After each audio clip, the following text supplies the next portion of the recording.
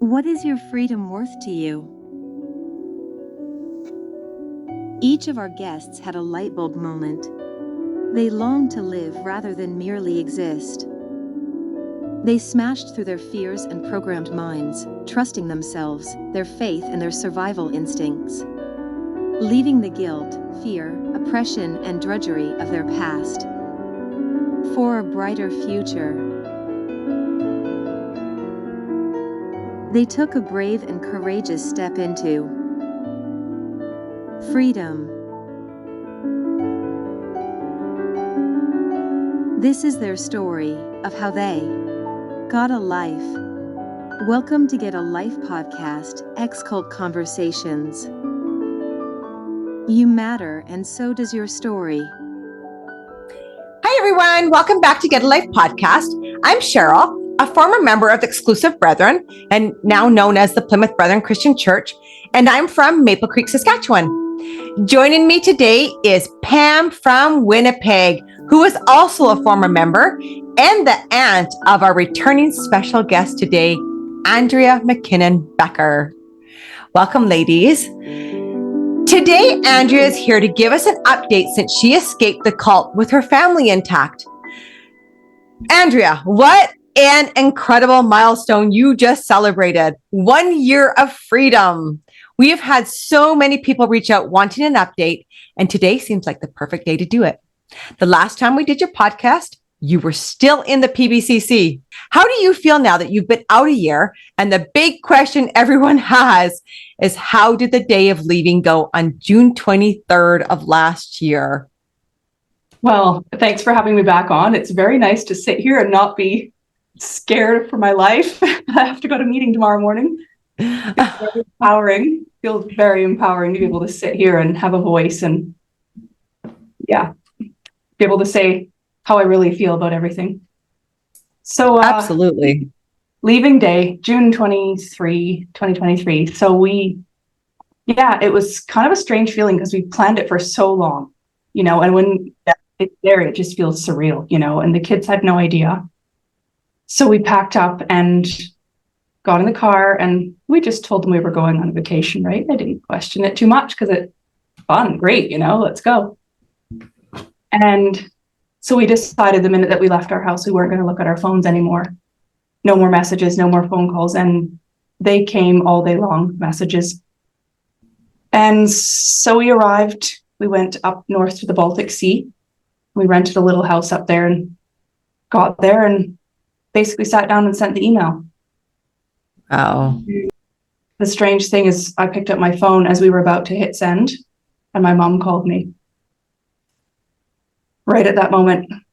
And I swear to this day, it feels like she felt me. Yeah. So I'm not going to cry 2 minutes into the podcast, but it was so bittersweet, but I had to say goodbye. We had to say goodbye. And it was a really, really peaceful week. We almost went into like a zone of just relaxing. We explored this beautiful area that we were in. The kids, they just lapped it up. We had, we weren't using any phones. We weren't using any social media. It was very peaceful. Wow. So did you answer the phone call from your mom? No, I didn't. No. When did you tell the kids and how did they react? So we'd been there a couple days, and I mean, looking back, you don't know whether you should have told them right away or not, but we just weren't mentally able. Like, it was such a huge thing to have to do in secret and have them there and know that we're changing their lives forever without any choice. We waited a few days to tell them. And how old are your kids? How old were they? Just so the viewers and listeners and the insiders understand like what age of kids that we're dealing with. Yeah, they're 10 and 6 at the time. They were so, old enough to be impressionable and really understand change. Yeah. Yeah. The younger one, April, she's never really liked going to meeting anyway. But the older one is more sensitive, and we just didn't know how they'd react. And so we told them on the beach, actually. We just thought it's kind of a peaceful place to tell them, right? You're out in nature. And it was just kind of like a wild, free feeling there. And we just told them. And it was heartbreaking. It was really heartbreaking to watch them react because, you know, we'd made this decision. It was done. They had no choice. And we know what that's like, having choice taken away from us. It's not a nice feeling.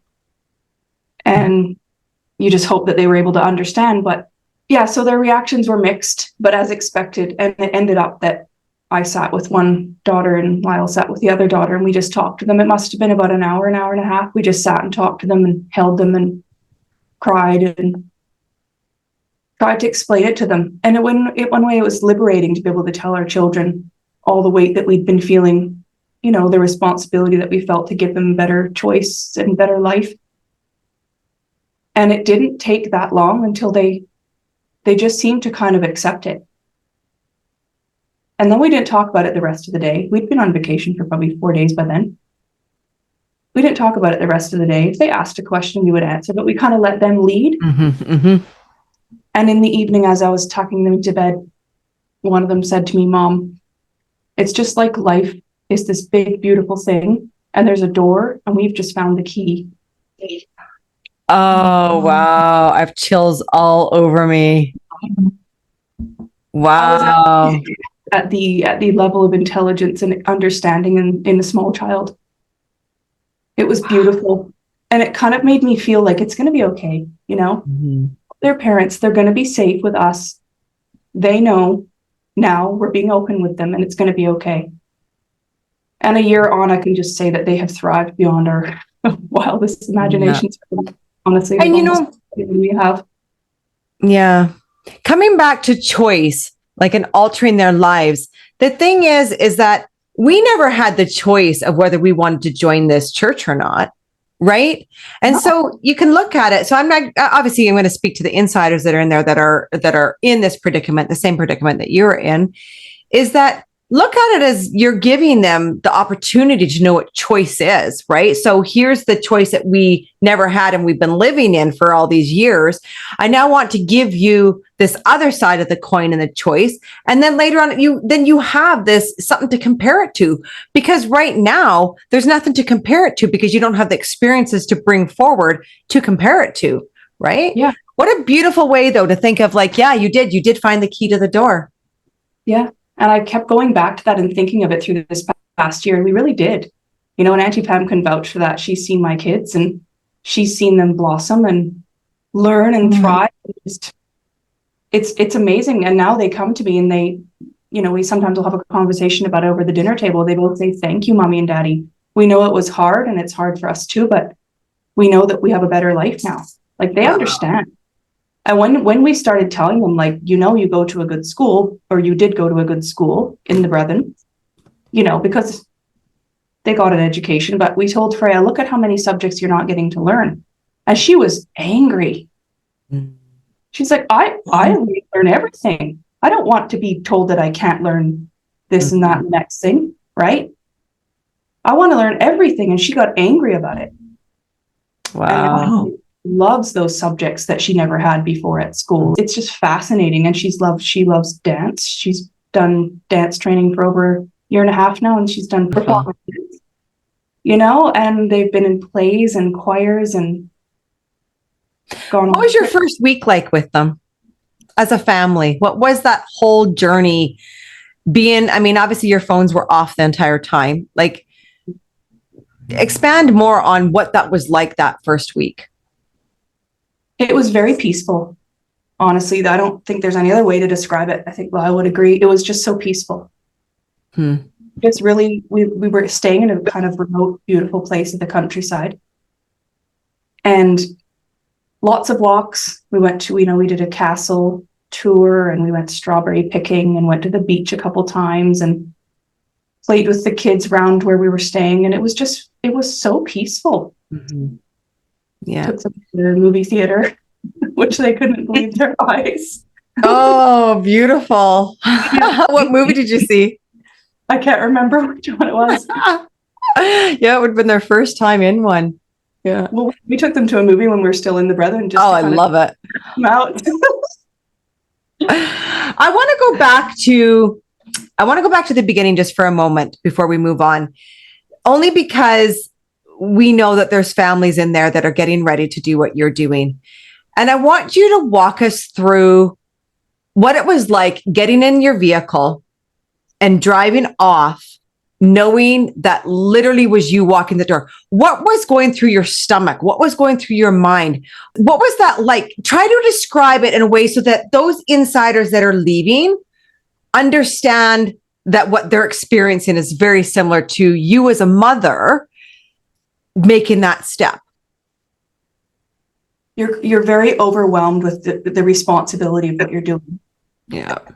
But I think that that's why it's so important to have a clear understanding of why you're leaving and to come to peace with it and to understand what you're doing for your children. Because, you know, as mothers, if we allow ourselves to overthink, we'll fly off the handle, right? And rack ourselves with guilt about our children, which we kind of do anyway. But yeah, I just kind of tried not to overthink it too much. We just got in the car and packed it up. And of course, they're always there, right? So the kids are always having to pull you back into mom mode. Yeah. Dad mode. And you just have to be bright for them. You have to be cheerful and happy and normal for them. But it's very sobering. It's a very, you're terribly afraid because you don't know what's going to happen. And you've been taught your whole life to fear everything. Yeah. And what has even come into the ministry this week. Literally, Bruce Hales said in some of the ministry book that's come out, it's the worst thing that you could ever consider doing, going away from the testimony. And so this is ingrained into you for your entire life, how terrible it is to do this stuff that you're doing. So it's very, very scary. But the interesting thing is, and this is what I would love to tell everybody in there who's thinking of doing it or listening to this for the first time, it's incredible how fast the fear goes. Because you feel so at peace. Oh, that is so beautiful. Like, that is so important for everybody to hear that, because it really shows you where the lies and the truth really is. Because the truth does set you free. It's just a matter of getting through that door and then and sitting in another option, and your soul just relaxes, right? Our soul knows what's truth and what's lies. But the thing is when you never get the opportunity to be able to experience that. I mean, and that's why the cult is set up the way it is so that you don't get those tastes of what it's like. Right. Yeah.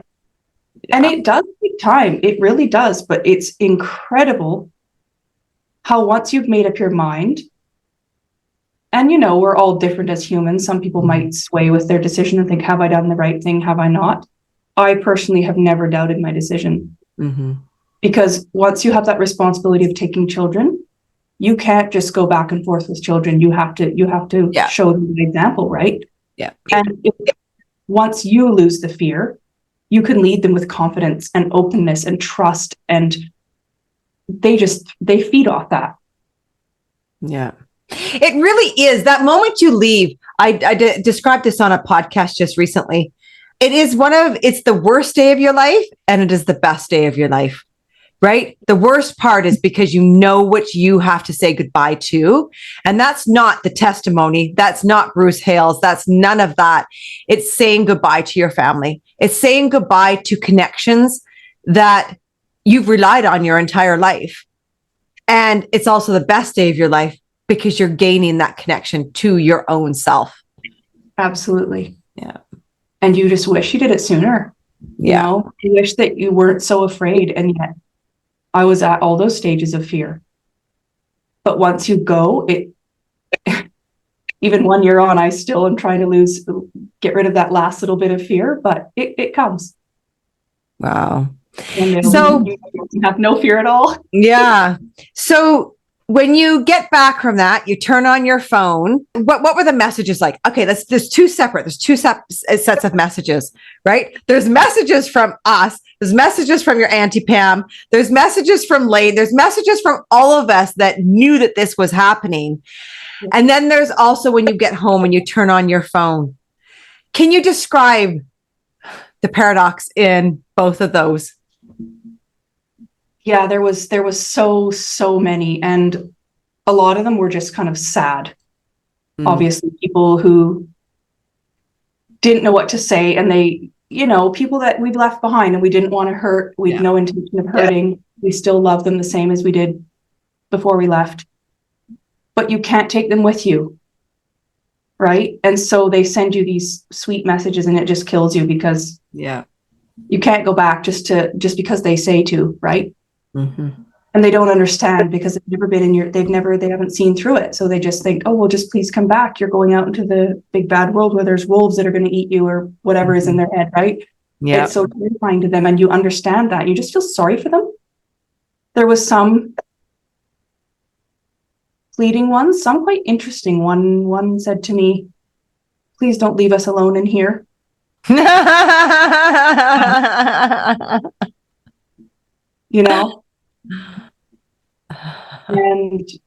the ones that were the most shocking was from my family. Yeah. Or the lack of. My dad and mom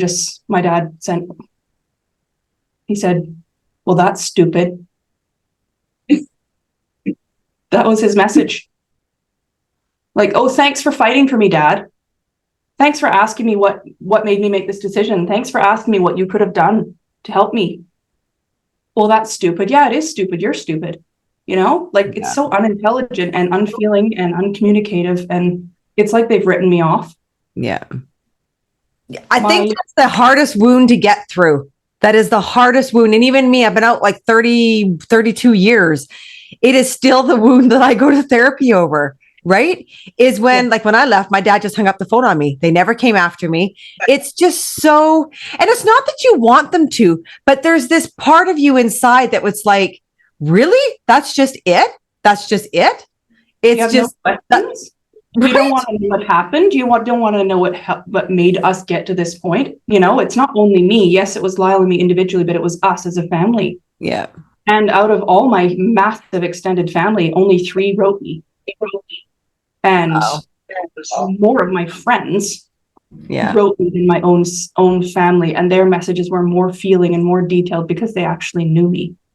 Pam, what was it like knowing that she got out and you get that first text and it's like, okay, we're out? What was it like for you? Well, it was so funny because Rob had messaged me or something. He said, someone's going to be sending you a message and her name is, I can't remember the name that you used, Andrea, but I said, okay. And I said, oh, who is it? What was it? I used a pseudonym name. Yeah. Yeah. Right. And so anyways, I said, oh, who is it? He said, well, I can't tell you, but this is what name she's going to be using. And then Lane had also said to me too, yeah, I'm helping someone. I said, who? I think it was Lane. It would be Lane or Rob. And I said, who? He says, I can't tell you, but I'll let you know. Oh, I hate that. I want to know. But that's a good point to insiders because confidentiality is everything. Yes. If you contact any one of us, we're never going to tell even each other your name. Yeah. Because I thought, okay, I had to suck it up. And so anyways, one morning I get this message from this girl and I said, oh, she says, oh, hi, not Auntie Pam or anything. And hi. And anyways, I said, okay, I knew I was going to hear from you, but who are you? Who is this? So a few seconds later, I get this picture of Andrea and Rob and Laura. I'm going, Andrea? I couldn't believe it. It was so cool. It was just and it's just so great to have Andrea back in our lives and Lyle and the girls. I love those girls. They're just the sweetest ever. They are, aren't they? I went to, so it was pretty shocking and exciting, but knowing she lived so far away, it was like, oh my gosh, like I have to go see her. So a month or so later, I said, I think I know I need to see you, but I think you need to see me too. And Andrea says, oh my gosh, are you really going to come? So I went, I booked it and left in 6 days. And it was, see, I could start crying. But seeing you at the airport, it was unbelievable. How many years had it been? 15 for me years? That I hadn't seen you? Yeah, I don't know. Well, how long have you been married, you guys? We got married in 2011, but I last saw you in, I think, 2007. Yeah. That's a long time. When I was out of the Brethren the first time. Yeah. Yeah. I went to Germany and met the family, and I tell Andrea, this is one of my best holidays. I felt like I was going into my daughter's house, Oh, just like, wow, that's beautiful. so great. And so proud of them and so loving. And it was just so great. I can't say enough. And the girls were just like, just love them so much. And off me. After a while, they were saying, Grandma, oh, Auntie Pam, I just called you Grandma. I said, that's okay. I am a grandma. Aww. Sorry, Betty, if you're listening. But, Well, she hasn't made the effort, so. No effort. Yeah. Unbelievable. No effort at all. And that's Christian. That's Christian. Oh my gosh, I can't believe it. That's how it works out here. Is we do. Yeah. We grab our families, you know what I mean? You just put them back together. And I mean, it's the perfect role for you to step in as a grandmother to these kids, because I mean, it's there. Yeah. And I talk to Andrea like most days, Andrea, even if it's for like 3 minutes or something. It's just incredible my life, like for all of us, but especially you and me, like we've always had such a special bond, and we're so similar. We just click. He's like, you're so much like me. Oh, my mom does that. You're so much like my mom. But I love that. It's fun too. You fill that part of my heart that needs filling. Mm. You too. You too. And what a beautiful family, Mm-hmm. Like Lyle is just so calm and cool, and I just love them. Love you guys. Yeah. It's great to be with them. I'm going in another week. Yep. To see them. Oh, I love it. Yeah. And I'm bringing my daughter, who Andrea has met when we were in Florida. She came to Florida to have a visit, and Olivia was there. So we're going out on the 14th. Oh, so much fun. How are you finding life now, Andrea? Now that you've been out for a year, you guys just celebrated your 1 year anniversary of leaving. What has that 1 year been like? How have you integrated into society? What's it like? Explain to us, as if an insider is listening to this, on what that first year is like. Like, you have so much learning and unlearning to do. It's incredible. And I don't know if you ever stop, really. You can both probably vouch for that, but you just have to give yourself kindness. And actually, our good friend Ben Woodbury said to me, no one's going to take care of you better than you. Beautiful. And I always remember that, because if I'm not taking care of me, how can I take care of my husband and children and anybody else who's in my life?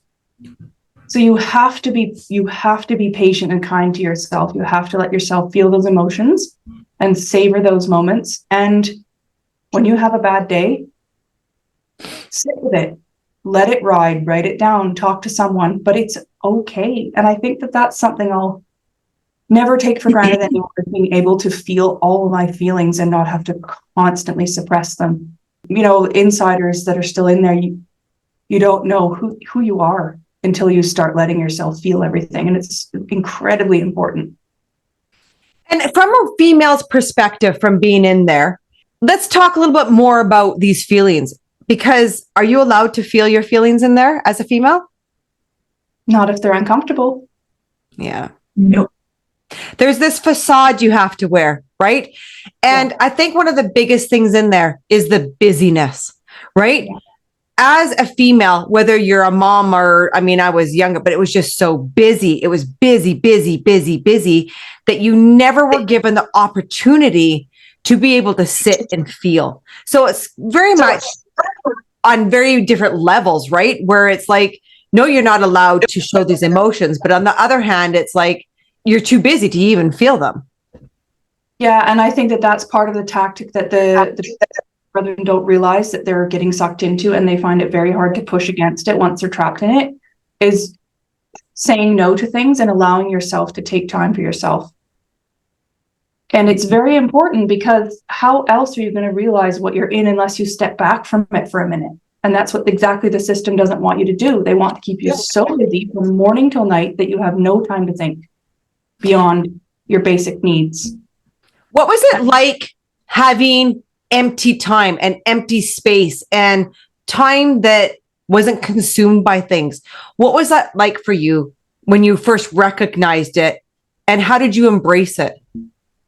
You just savor it. I just savor moments. It feels like time slows down because you're able to really enjoy it. Like you have freedom. And you don't have to rush anywhere. Okay, yes, you got to rush, get your kids to school or get to an appointment. You don't have to rush anywhere. There's no pressure to make dinner at 6 o'clock or 5:30. It's just being able to savor. And you have to tell yourself that that's okay. You have to learn to let go. You have to learn to embrace it. And it's you, nobody, and even in people that you interact with now, like nobody expects anything from you beyond what you're able to give. And people just accept you for who you are. Mm-hmm. It's very, very freeing. And it feels like you're finally living, It's like there's no control over you. Yeah. Right, Andrea, there's no control. Nobody's controlling you. Absolutely. And it makes you very self-aware because you're in full control of your actions. You can't go completely crazy every day, right? But you can. It does come with consequences, though. But I don't want to go completely crazy every day. But you just have the freedom to wear your pajamas to take your kids to school, or go out and get a breakfast at the bakery and not care about getting home to do your jobs at the campus and co or whatever. Like, it's that feeling of fear that I go back to. It dissipates out of your body. And now when you feel the fear, like for instance, if something triggers you, it's very, very powerful and you recognize it immediately. And then you go back to, that's how I used to feel all day, every day. Mm-hmm. This pressure on your head, this pressure on your chest, this panic of time.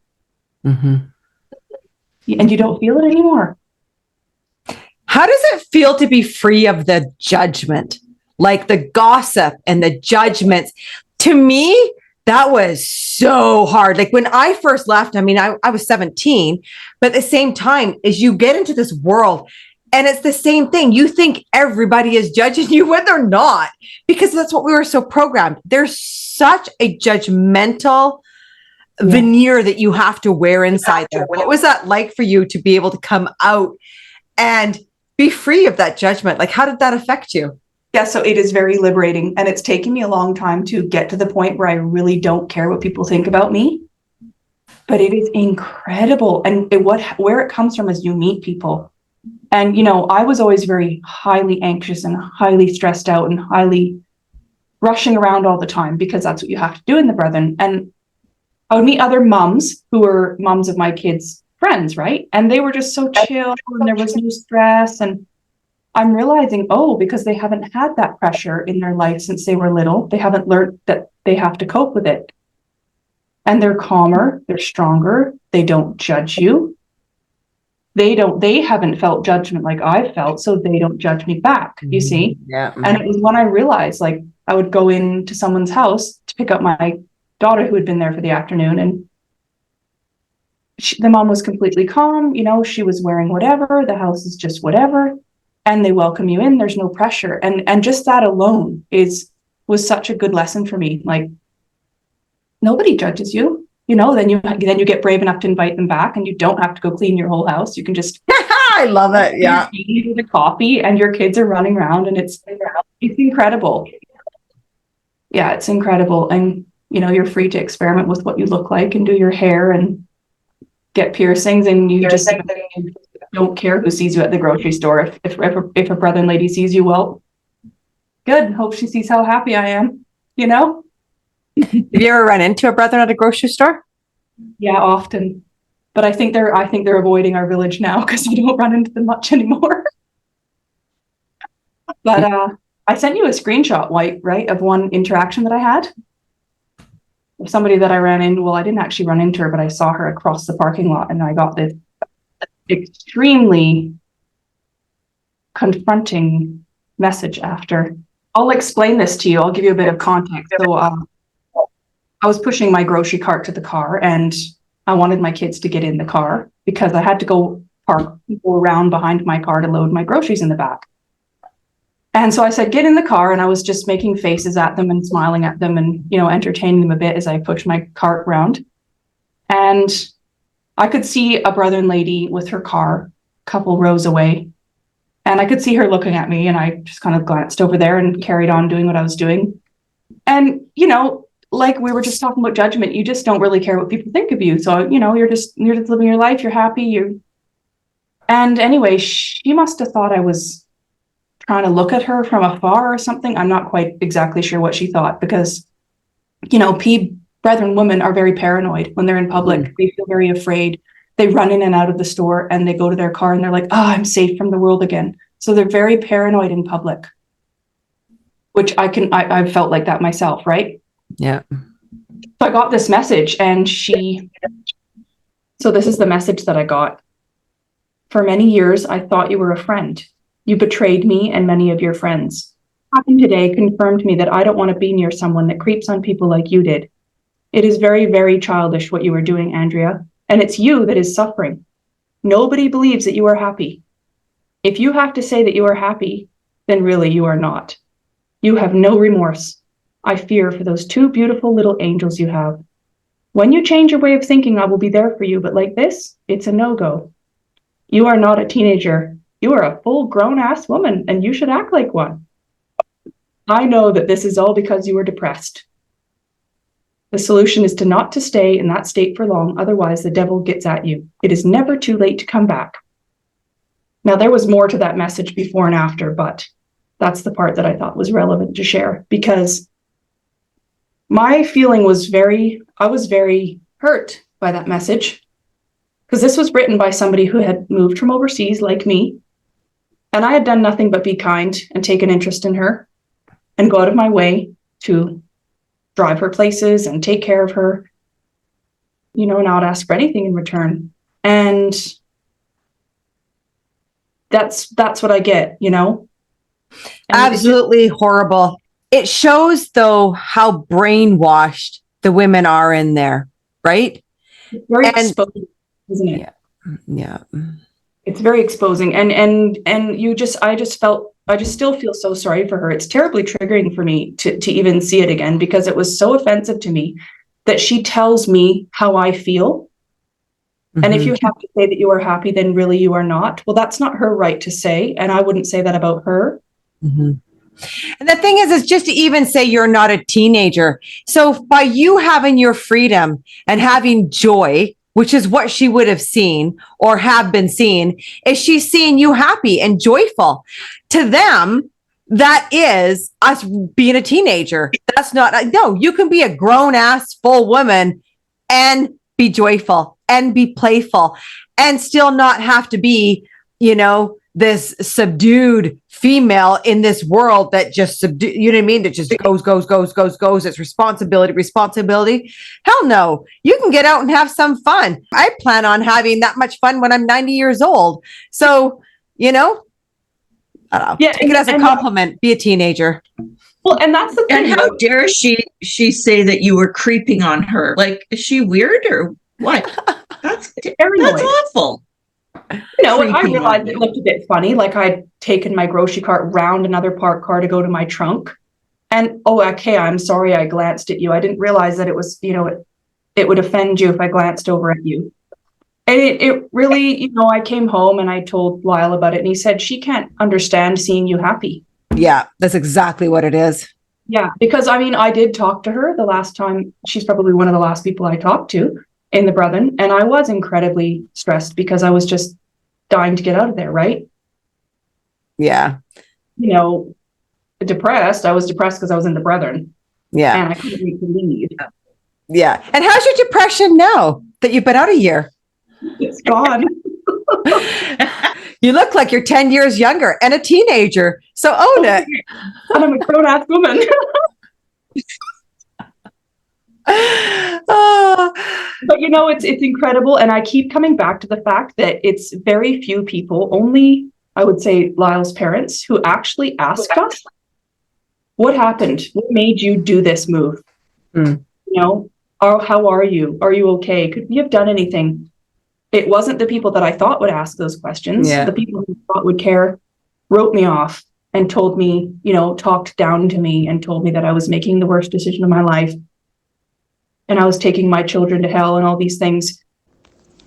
So I'm actually going to read out a message that I got from my mom a few days after we had left the Brethren. And she says, "You can't have me and leave the fellowship both. It seems like you've made your choice." And so I responded to her with this: "Sad that my mother's love is conditional. You know I'm the same person as I always was, but haven't been happy for a long time due to an ever-tightening system of nonsense. A restricted life with no choices isn't a life, and is irresponsible to raise children in. We are here to talk as always, but for now, need some time as a family." It's really surprised me the reactions that I did or didn't get from some people. Like even my own sisters, they just, like 4 sisters, one of them wrote me. Wow. You really, really realize, I think this is the part of coercion the laws that I want to be changed, is because when a religion has this kind of control over its members, family members, that when you choose to just not simply go to that church anymore, it is cut off. Like, these are the closest people. These are the people you grew up with. These are the people that parented you. These are the people that you expect to have your back with whatever obstacle you go through in life. And you leave and boom, it's cut off. It's they just feel betrayed by me, but I feel betrayed by them. Exactly. Yes. They didn't even ask me how I'm doing. And that's what you've said, Auntie Pam, that makes you angry. Like that none of them fought. None of them asked why. Yeah, nobody cared. No. You Nobody really asked. Yeah. It makes you so feel sorry for them because they don't realize what they're in, and they're so such control. Yeah. And they don't have a voice, do they? No, like they none don't. of us had a No. voice. Just because we're women, why can't we have a voice? Of course, you don't have a voice when you're in the PBCC, not if you're a woman, right? I want to touch on that about bringing up my kids in that sentence because, I've got 2 girls, and in the Brethren, they're the weaker sex, right? Their lifespan is go to school, get an office job, get married, have babies, then what? And my kids have blossomed into independent, self-sufficient, confident, and self-aware girls. Love it. It is incredible. And that's one thing I would say to anybody on the inside thinking of leaving. That's the key, is stay close to your kids, stay close to your husband, be open with them. It is fascinating, the stuff that they'll tell me now. So my kids will literally say to me, like, "Mom, you're cooler. We can talk about everything with you." And that's the kind of kids that I want. I want to know they can come to me for anything, because yes, I was very, very close to my mom, but that you can't tell your mom everything, because you're going to get judged and you're going to get told to put away those feelings or whatever, or they're not right. And I'm really, really proud of how far my kids have come, and how all of us has come as a family. Like we're a family unit. We're together in raising these girls to be independent and strong and self-aware. And you're discussing things together, Andrea. Like I see that with you guys, that you're discussing it, you and Lyle, and making decisions, and they're very, very, like, you're really in tune to how you're raising your kids, and I love that. You're smart. You're really smart. I always tell Andrea, you guys are such great parents, and you're such a great mom. I agree. I just, I don't know a lot about what's gone on, but I do know, Cheryl, what you went through and what a lot of other young people are going through in the PBCC. And I said to Andrea, if nothing else, you're saving your girls from that. Yeah. And to me, that would be the biggest reason to leave. Yeah, you're right. You don't have to, you always have to worry about, but they're supporting it. They're not doing anything about it. I couldn't imagine. Am I correct, Cheryl, in saying that type of abuse is still going on? 100%. Like, I think anybody who has any girls in any area of the world inside the PBCC, if you have a girl, get the hell out.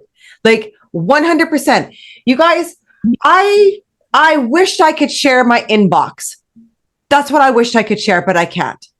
So I just need you to trust me when I say that this is systemic in there. This is everywhere. It's not just in Maple Creek. It's not just where Lara Payne was from. It's not just where Beth Seed was. It's not just where Abby was at.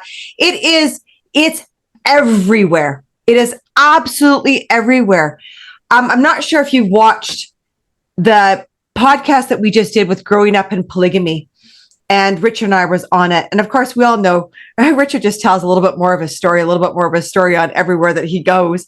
It's not always in one place. And I even learned more about it. So if you haven't watched that podcast, he touches a bit on it too, that I didn't even know about. It's everywhere. So if you have a girl, and I mean, I shouldn't say that it's just isolated to girls, because we know that, right? No, that's right. Yeah. It's not just isolated to girls, but it does seem that the girls are targeted more, right? Because they don't have a voice. So it's easier, right? They're more vulnerable. Yeah, exactly. Yes. Yeah. So Andrea, we talk quite a bit on the phone, and I marvel at the way you guys transitioned from in there to out, and the way that you guys have navigated it all, the way that you guys have stuck together as such a unit, that it excites me when I hear of other families leaving, because what you really gained is you gained what it felt like to be a family unit. Inside the PBCC, you are not a family unit, because the man is held over top of the female. The female does not have a voice. She's busy, busy, busy, busy, busy. We have children that they just don't get to put their wings out and fly and feel, what are my passions? What is it that I'm really passionate about? You don't gain that until you leave. No. And it like, you're right when what you say, you don't know what it's like to be a family unit, and something that we've actually just found that we so enjoy is being an actual team. Yeah. Like we share our team, but that's normal in the real world. That's normal, Mm-hmm. Yes. But they grow up where mom might be on a weekend away with a friend, or dad might be on a weekend away with a friend, or dad's taking one of the kids away. And because dad has his own personality in life beyond his family, and mom has her personality in life beyond the family, because that's normal. They're individuals. And then, so when you come together as a family unit, it's that much stronger. Mm-hmm. And then you want to be a team. I feel like I'm not explaining this very well, but when you are able to find out who you are, you're a better part of the family.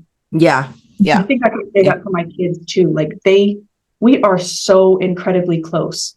No, we're not perfect. We have our moments. Oh, no, nobody's perfect. We live in human bodies with human emotions and human experiences and all of that polarity that we all go through, right? Nobody's perfect. And it's not saying that family units are all perfect out here, but coming from what we were inside there to coming out here there's just this bittersweet, it's just a beautiful thing to watch unfold with your family. Because I've been up close and personal and front with it. And it's just, there's sometimes I go to bed and I just marvel at if this could be a domino effect from what you did, and to be able to express it and show other people of what it's like.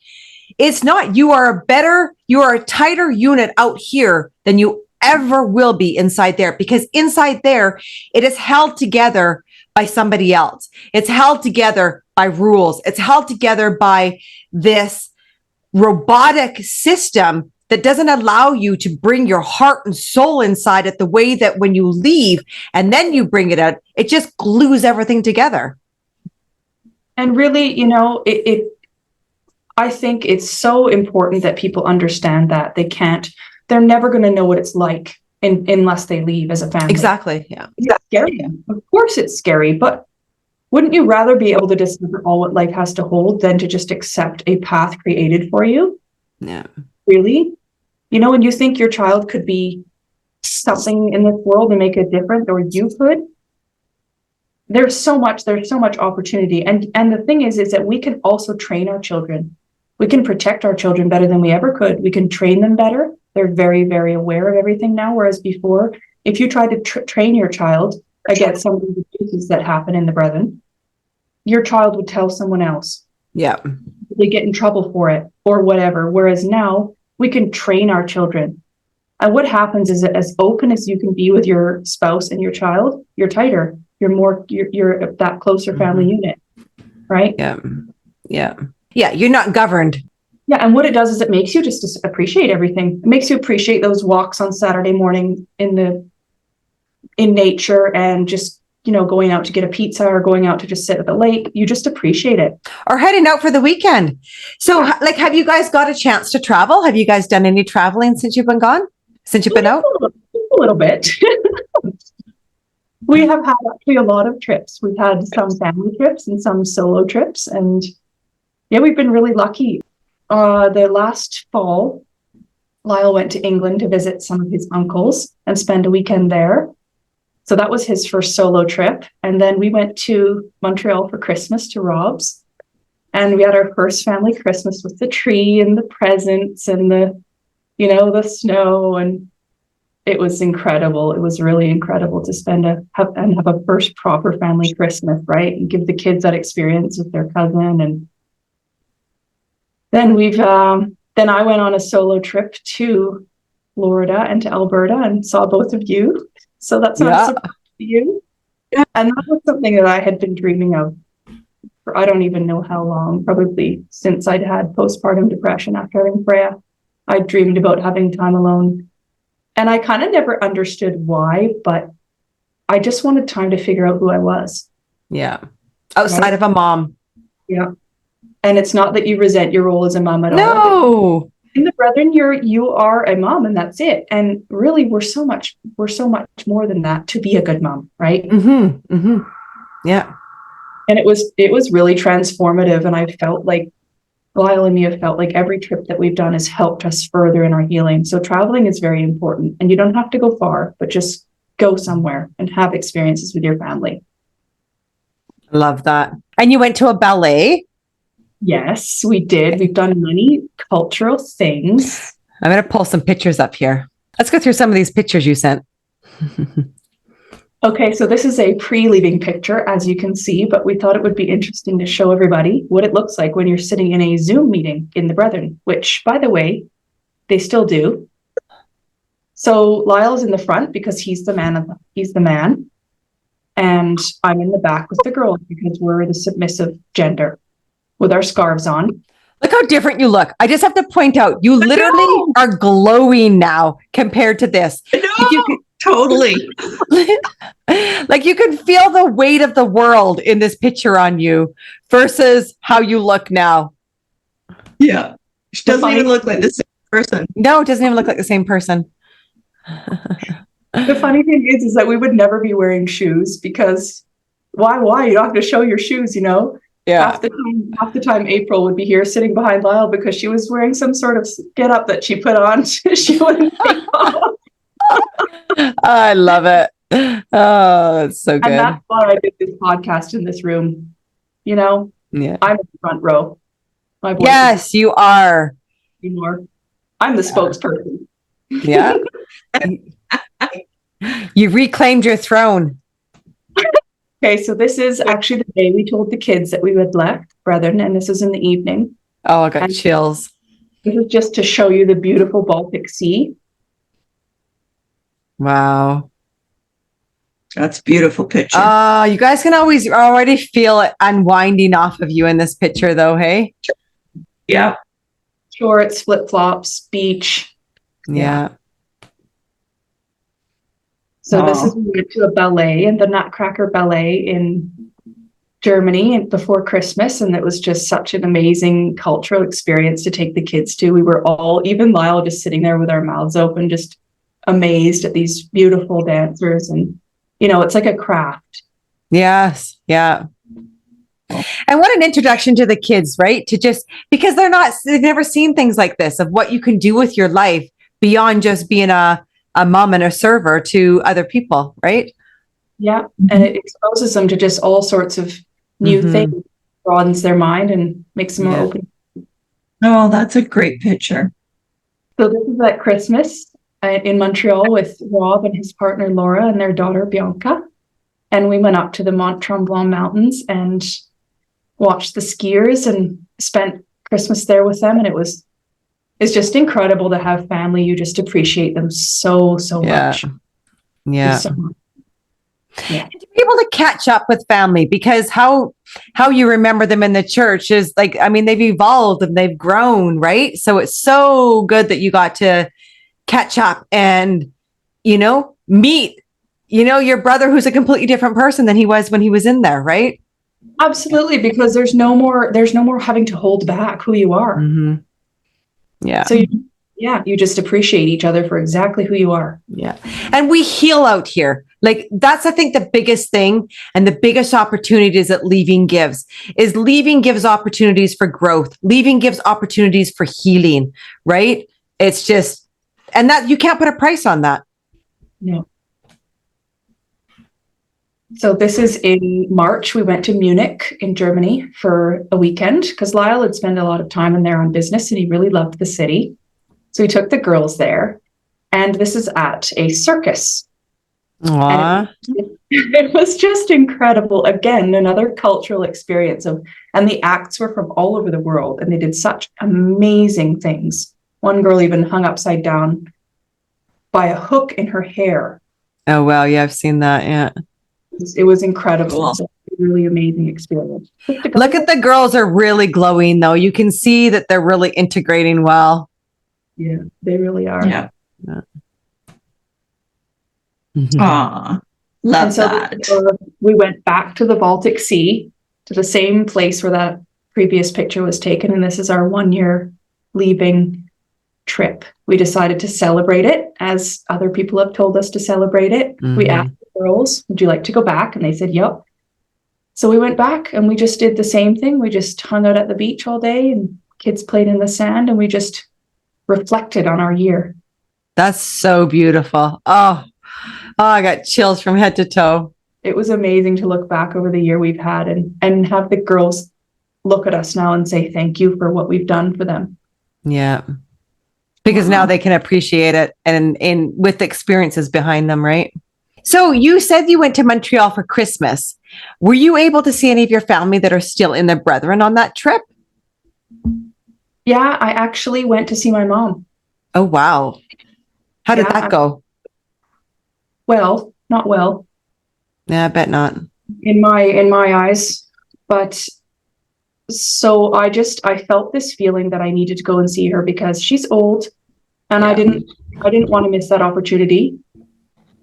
I really felt hurt that she'd never asked me how I was doing. And I've sent her multiple emails with no response. And I just, I wanted her to hear what I had to say. And I don't think that they knew that we were there. Anyways, I left my kids in the car and just went and rang the doorbell. And she was obviously very surprised to see me. And I went forward to give her a hug and she wouldn't put her arms around me. Oh, wow. And I think I kind of was like, I wasn't kind of letting myself get emotional. I wanted to stay clear-headed and say what I wanted to say. And I just told her, Mom, I just want you to know that I left because I was so unhappy. We left because we were so unhappy. And it felt like when I was talking to her, she wasn't really listening to what I was saying. She just was going to answer what she was going to answer anyway. Like I could say, Mom, there's a meteor coming and it's going to land here in 6 hours. She'd just go, okay, well, when are you going to come back to the Brethren? And over and over, I said to her, I was just so unhappy, Mom, and I said, I reached out to you for help and I asked you to come and visit me and I asked you to help me and you didn't come. And she said, well, I'm sorry for that, which I'm grateful for because many, many times I asked her to just come visit me. And it took a lot for me to ask her that. But, she doesn't want to leave her husband. It looks weird. And she doesn't want to come to my house because it looks weird. Like I'm doing. And then you gotta, it's always about what other people think. Anyways, we did talk for about another 5 minutes or so. And she asked where we were staying. And I said with Rob, and that didn't make her happy. And I said, but he's my brother, Mom. And that's her son. Her daughter is staying with her son and she's not happy about it. Wouldn't she be happy that I'm staying with my brother and being loved? And she asked where the kids were, and I said, they're just in the car at the end of the driveway. Anyways, I left, and she stood there. She didn't come down and see her grandchildren. Oh, I can't believe that. wow. Oh, my heart. You know, and she had the power to come and say hello to them. They're innocent children. 8 months earlier, we'd stayed at that house for 2 weeks. And now I wasn't even able to go in the front door. You know, and I actually was very surprised. I got in the car and I said to the girls, wave at grandma. Because I thought, I'm not going to let them act cold. Yeah. Right? You want to wave at grandma? And they said, yep. Why does grandma look sad? And I said, I don't know. It's her problem, right? And I was surprised though. I got real closure from that because I felt sorry for her. It really hit me how indoctrinated she is. Yeah. When I went in, when I first greeted her after we hugged, she said, "You've turned your back on the Lord Jesus." And I said, "Mom, you don't know that. How do you know my link isn't with God, isn't stronger than it ever is?" And I said, "I don't believe in the man that you believe leads you to the Lord." And he said, "Mr. Hales leads us through the scriptures." And I said, "No, he doesn't. He's controlling you, and you can see it. And I'm not going to accept that way of life for me or my husband or my children any longer." And yet she's not seeing that she's turned her back on you, right? Like that's the part, I think that's the hardest part. And I sit with this often because of what we do, right? I mean, we do a lot of work behind the scenes. The podcasts are like 10% of what we do. And I often sit with myself when I go to bed or if I'm waking up in the middle of the night and can't sleep, or you wake up first thing in the morning and you always want to make sure, because I mean, I have my own full-time job. I've also, taken care still of a husband that's sick, and you have just this little tiny time or these hours during the day that you're multitasking to put towards this movement. And you always you have these questions of like, where can the time be best served? Right. And this is the one thing I think that hurts me the most. It's how we get cut off from our parents. It's how families are just split in two. And my heart is just breaking right now, just listening and just witnessing what it would have been like for your two girls having to witness that, right? Like, it's just, what can we do? Like, that's what I asked. Like, what can we do to stop this? I don't know what we can do to stop this other than just to continue doing what we're doing and exposing what we know. A lot of people are seeing through it, but then there's those very grassroots brethren that don't have a voice, that are so fully, every cell of their body is believing in the ministry that's coming out. And I will say, like, I do think my dad and mom are kind of old school hardcore. Yes. Like, Lyle's parents have been surprisingly open to listen, to talking to us, and they actually still currently see the kids on a monthly basis.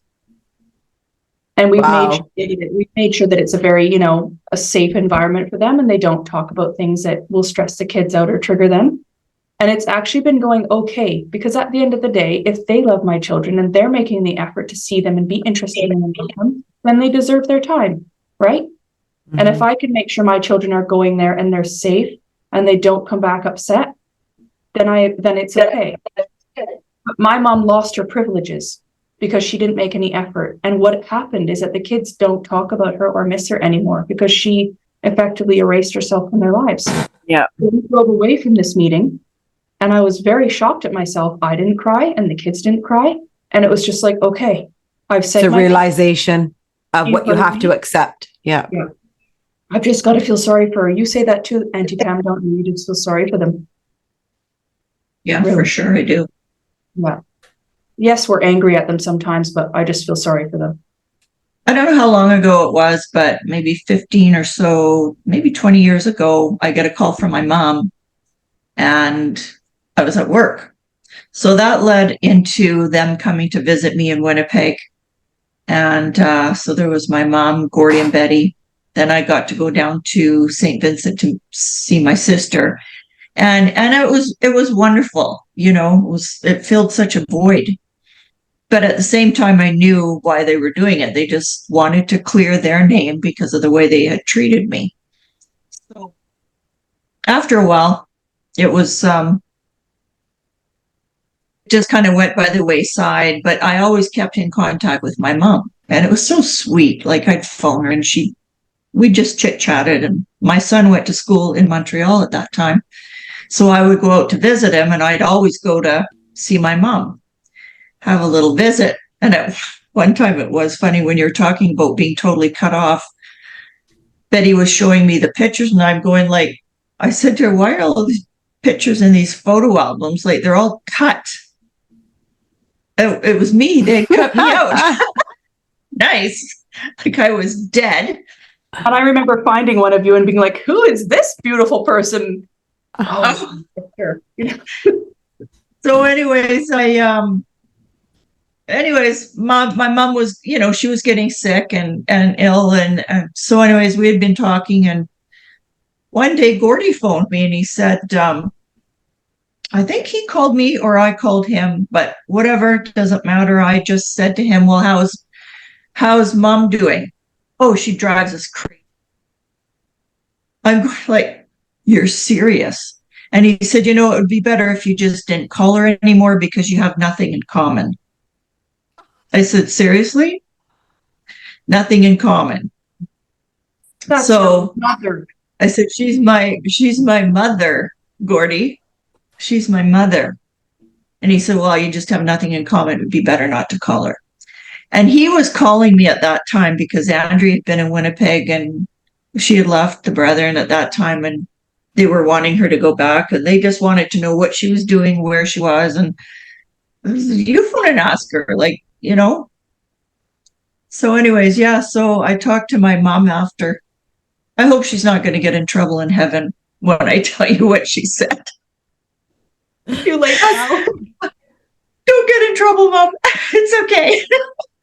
But I called her after. I said, Mom, did you not want me to call you anymore? She goes, why? Who said that? And I said, well, Gordy told me not to call you anymore. She said, don't listen to him. He doesn't know what he's talking about. Well, I want you to call me.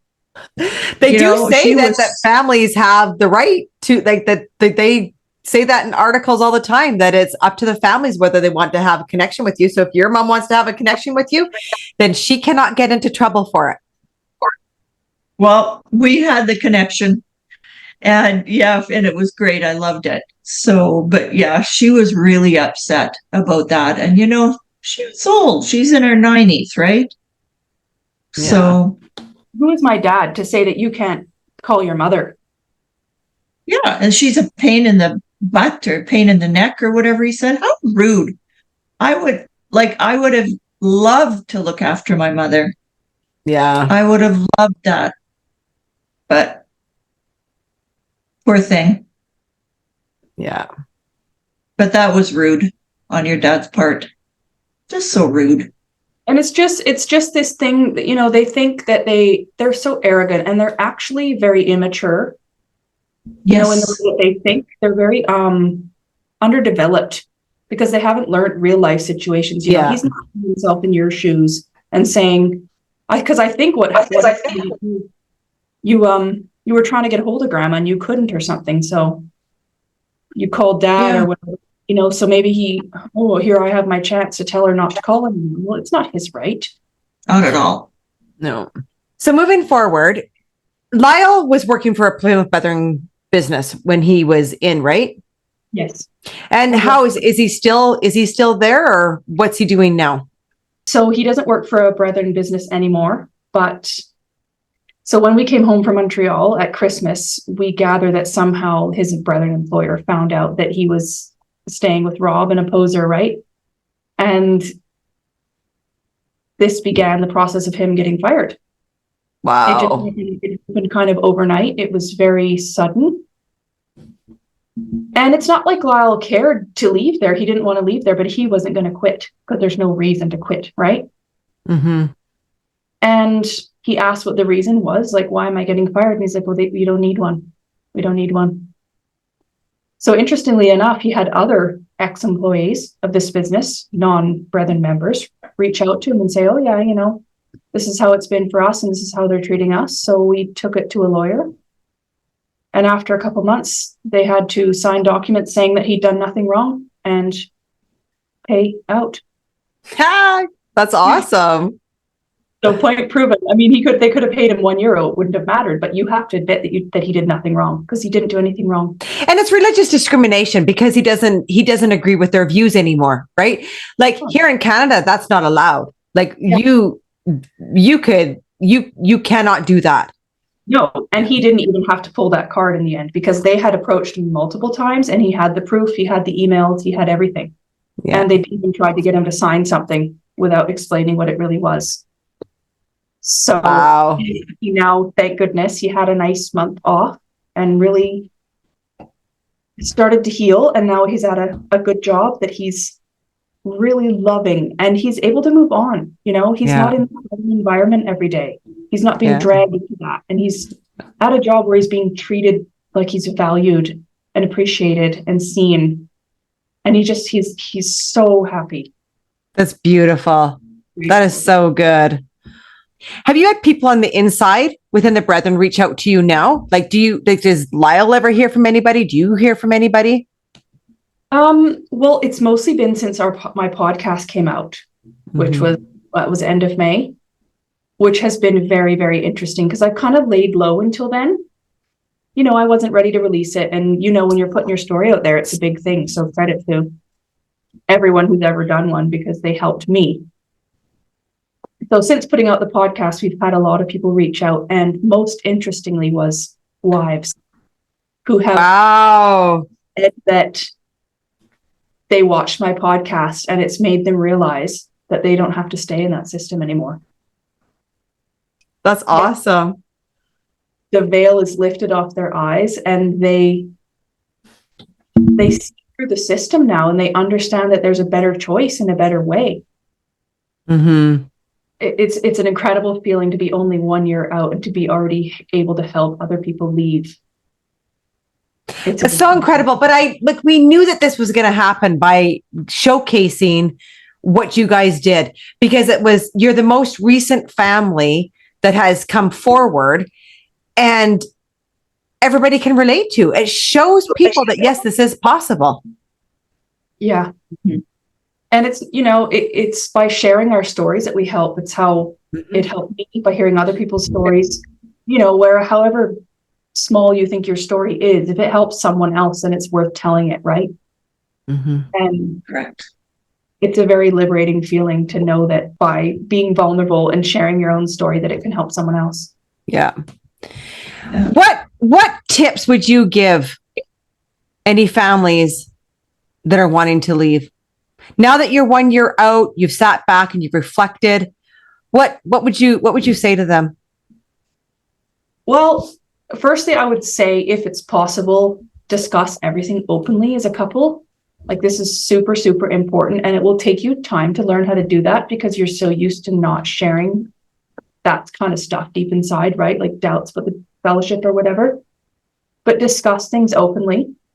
Make a list of pros and cons. Honestly, get a journal. This is my journal. It's nearly all done now. And make your list of pros and cons. You'll be surprised at how many pros there are of leaving. Mm-hmm. Get outside support. It doesn't matter who it is, and another fellow ex-Brethren member or somebody you met at the bakery this morning, whatever. Get outside support. It's really great to have people to bounce your ideas off of. You can do it anonymously online. All of us leavers are happy to help you. If you want to contact us anonymously, just let us know you're an insider and that you don't want to say your name. We're all really happy to chat. I have a lot of people request me on social media and they don't want to tell me who they are, but I'm happy to help. And try to write down how being in the Brethren makes you feel. So you can kind of try to understand your feelings for leaving, if that makes sense. Does it make you feel good when this is said? How does going to meeting make you feel? How does what they say make you feel? How does doing all these things that they expect you to do make you feel? Write that down. It's good to have that for later. I want to pause there for a second because that's a very, very powerful point that you just said. Our feelings are like our fuel to our truth, to the fuel to our soul. When you allow yourself to feel, you then give yourself this brain waves. All this choice happens in the brain, right? When we start connecting the brain to the feeling, it's super important. We start seeing where we're brainwashed. When you are brainwashed or when you're in a cultic group, the first thing that they want to turn off is the feelings. And we're talking about the feelings that are really deep down, the feelings that allow us to maneuver through life. So when you allow yourself to feel, all of a sudden you start gaining access to what you really think. Yeah. That's a really important point. Incredible what you can uncover about yourself too. And it's very, very important to have that written down. Yeah. And watch the Get a Life podcast. There's 117 podcasts full of information, and there was only 60 some when we left. I don't know the number, but all of those helped me see through the system I was in. It's incredibly valuable. Go back and watch them from number one, and read books. There's very many books written by leavers. There's Mark Chapat and Adrian Patmore, John Spinks, Craig Hoyle, Rebecca Stott. I ordered them all on Kindle and I just devoured them. I'm just going to add another book that's coming out in here. It's a book that's coming out, I believe, in November. You can look it up. So the book is called Out of Faith. It's by an ex-member. It's called A Mother, a Sect, and a Journey to Freedom. So then that's another really good book that people can, you can pre-order it now, and very much will be full of information that will help, especially the females and the mothers. Beautiful. So another good tip is to get your children registered in public school. It can be done in secret. You can do it behind the back of One School Global. They're not going to find out. We went to the public school and told them the situation, sat down and explained it to the principal, and they were amazing. They reserved a place for our oldest daughter in public school and contacted One School Global, and it was a seamless transition. Wow. And another point is very, very important is you might want to notify the police of your decision. And this might sound dramatic, but there's a reason behind it. If you have children, is that you don't want the brethren to come after you and say you're of unsound mind, you've kidnapped your children, or you've disappeared. It's much better to notify them and just inform them of your decision. They'll take your identification and your children's identification. And when we went, the policeman said, "Oh, yeah, that group. Yeah, I know." And Crazy. it made us feel very secure that we knew that we had that to fall back on should any harassment come or people coming to our property. We had that. Yeah, they're already notified of it. Like, that's such a good idea. And especially for those people who might not want to send an email back to the brethren, that just want to just leave. I think that's super important that you do it there, because then it's the police have been notified. Nobody can go to the police and be like, this person's missing or these people are missing. The police are like, yeah, no, actually they're not. You don't owe them anything. You don't have to leave a letter. You don't have to send an email. I mean, you can if you'd like, but you don't have to.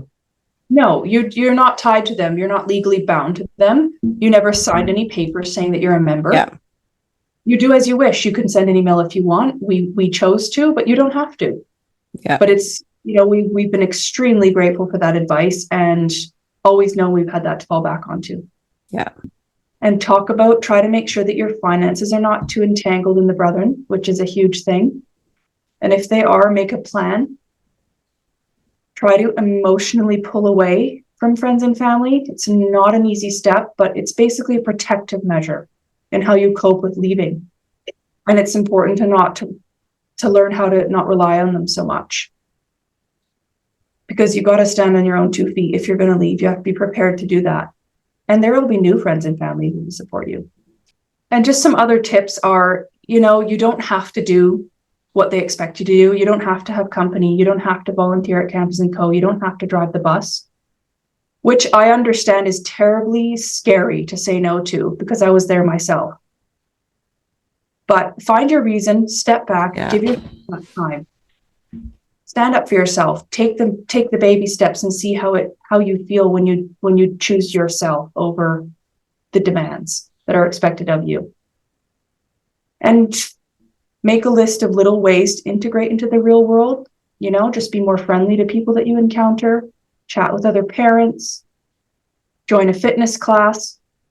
All these tips are things that I did that helped me immensely. And try to make a plan that is able to be changed if your plans change. Oh, that's beautiful. Yeah. Don't be scared if things change. Don't be scared if you have to go. We just wish we did it sooner. Yeah. Wow. That is so beautiful. And yeah, the last thing I would say is we would highly advise you to just go and take a trip when you leave. You don't have to tell the brethren. You can. Some people write letters, some people don't say anything. But go and take some time for yourself because you'll need it. You know what? You guys are the prime and perfect example of how to do this. It is just, and I mean, I'm loving that we're hearing of more families that are leaving.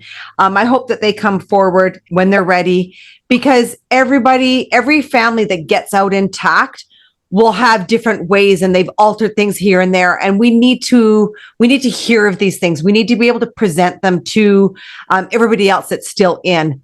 So if you're a family that has left, and when you're ready, please message us. Email us at info.getalife@proton.me so that we can help all the other families that are sitting there with one foot in and one foot out. It's super important. I really, really want to thank you, Andrea, so much for coming on and updating us all. I mean, I know that you were being bugged to do an update. We were being bugged to do an update. It really helps inspire other families. It shows them that this can be done. We know that your story, we know that it has helped others in leaving successfully. Thank you, Pam, for joining us and for all the support you've offered Lyle and Andrea and the kids. And I want to leave you all with a reel that they created on their 1-year anniversary that says it all. I want to remind you to like, comment, and subscribe below. Check out our online store that helps support Get a Life. And thank you to everyone for your continued support. Much love to you all. Thanks to everybody. Until next time. You're going to realize it one day. That happiness was never about your job or your degree or being in a relationship. Happiness was never about following in the footsteps of all of those who came before you. It was never about being like the others. One day you're going to see it. That happiness was always about the discovery, the hope, the listening to your heart, and following it wherever it chose to go. Happiness was always about being kinder to yourself. It was always about embracing the person you were becoming. One day you will understand that happiness was always about learning how to live with yourself, that your happiness was never in the hands of others. One day you'll realize that true happiness comes from within, and no external factors can define it. It was always about you.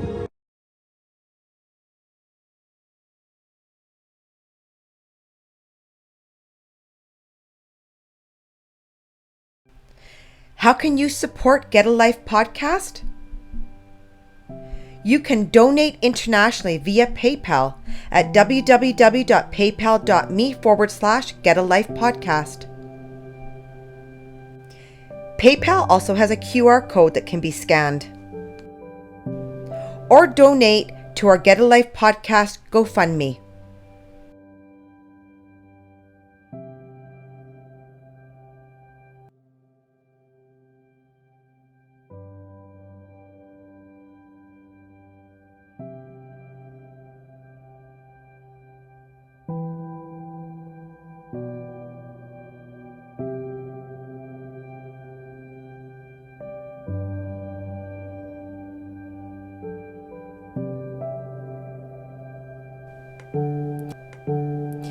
If you're in a high-demand religious group and need help, please go to oliveleaf.network. To share your story or be a guest on the show, email info.getalife@proton.me. Check out www.get-a get-a-life.net for Get a Life merchandise, books, and ways to support or get support. Please remember to like this video, subscribe to Get a Life, and comment.